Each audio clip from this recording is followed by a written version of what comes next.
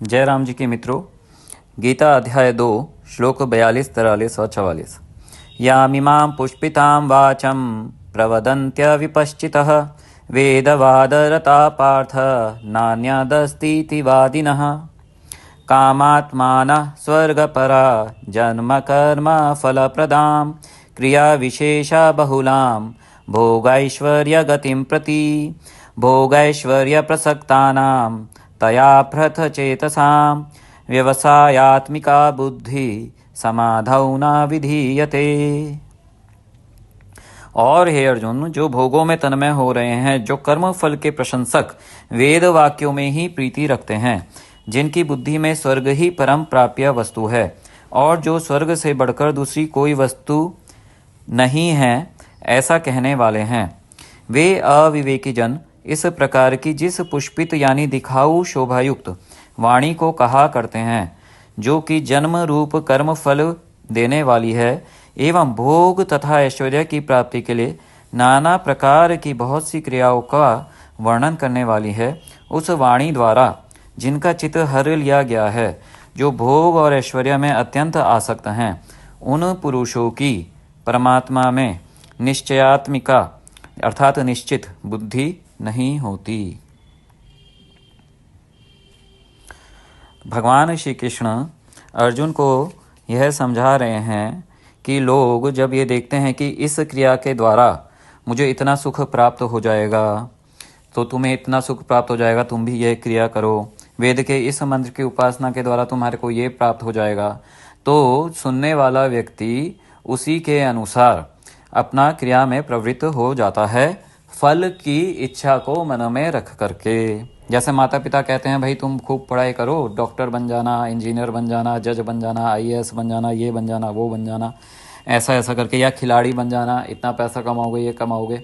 तो वो जो है एक फल दिखाते हैं और वो दिखा करके मनुष्य को कर्म में प्रवृत्त करते हैं, जबकि प्रवृत्त करने का तरीका यह होना चाहिए, जो उस मनुष्य का स्वभाव है उस क्रिया में लगा लेना चाहिए और फल की चिंता नहीं करनी चाहिए। अपने आप ही व्यक्ति को वह फल प्राप्त होगा ही, जबकि ऐसा नहीं है कि यदि हम फल दिखाएंगे तभी वो उसे फल प्राप्त होगा, ऐसा नहीं है।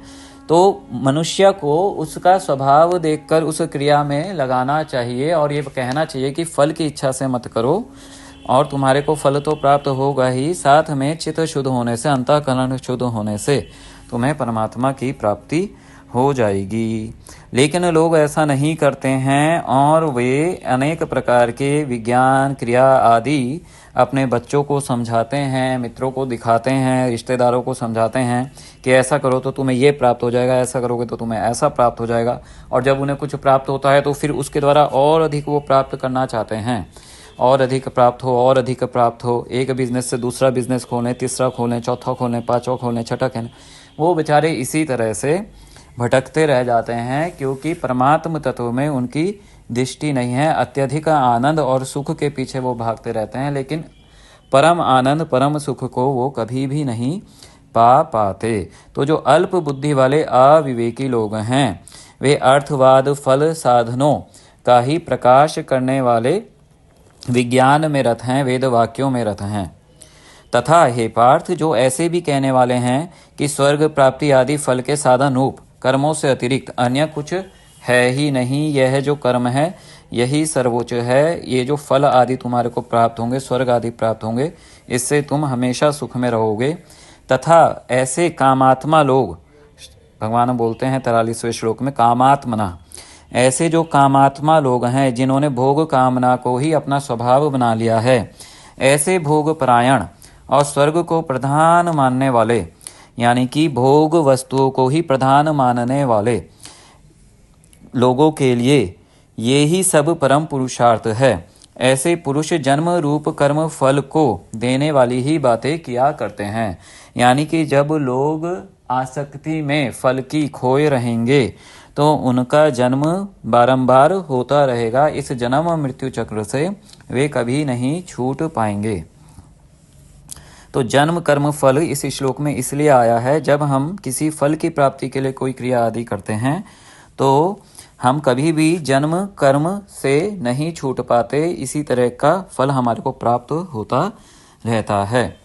इस प्रकार भोग और ऐश्वर्य की प्राप्ति के लिए जो क्रियाओं के भेद हैं वे जिस वाणी में बहुत हों, अर्थात स्वर्ग, पशु, पुत्र आदि अनेक पदार्थ जिस वाणी द्वारा अधिकता से बतलाए जाते हों, ऐसी बहुत सी क्रिया भेदों को बतलाने वाली वाणी को बोलने वाले वे मूढ़ महामूर्ख बारंबार संसार चक्र में ही भ्रमण किया करते हैं। ऐसा अभिप्राय भगवान श्री कृष्ण अर्जुन को समझा रहे हैं। आगे भगवान बोलते हैं कि जो भोग और ऐश्वर्य में आसक्त हैं, अर्थात भोग और ऐश्वर्य ही अंतिम पुरुषार्थ है, धन कमाना ही अंतिम पुरुषार्थ है।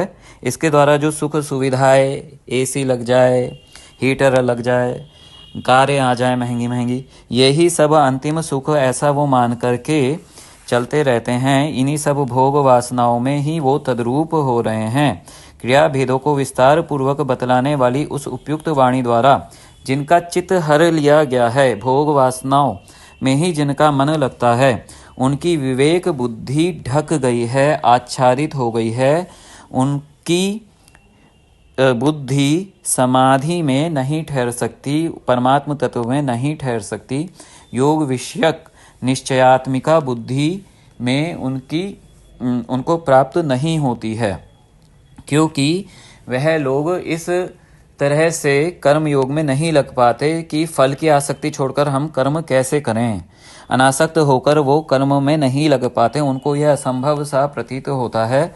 लेकिन जो विवेकी व्यक्ति होता है वो फल की इच्छा बिल्कुल भी नहीं करता, वो चुपचाप कर्म करता रहता है, उससे उसका अंतःकरण शुद्ध होता है और समाधि में स्थिति होने पर उसे परमात्मा तत्व की प्राप्ति होती है। लेकिन जो भोग ऐश्वर्य में ही आसक्त हैं, तो भगवान बोलते हैं 44वें श्लोक की प्रथम पंक्ति के द्वितीय भाग में, तया अपहृत चेतसाम, अपहरण हो गया है उनके चित्त का, किससे? भोग ऐश्वर्य में आसक्त होकर के। तो वो लोग परमात्मा को कभी भी नहीं पा सकते। और यही कारण है कि भगवान ने आगे जाकर के गीता शास्त्र में यह कहा है कि वैश्य और शूद्र पाप योनि हैं, क्योंकि वो इन्हीं सब में लगातार खोई रहती है।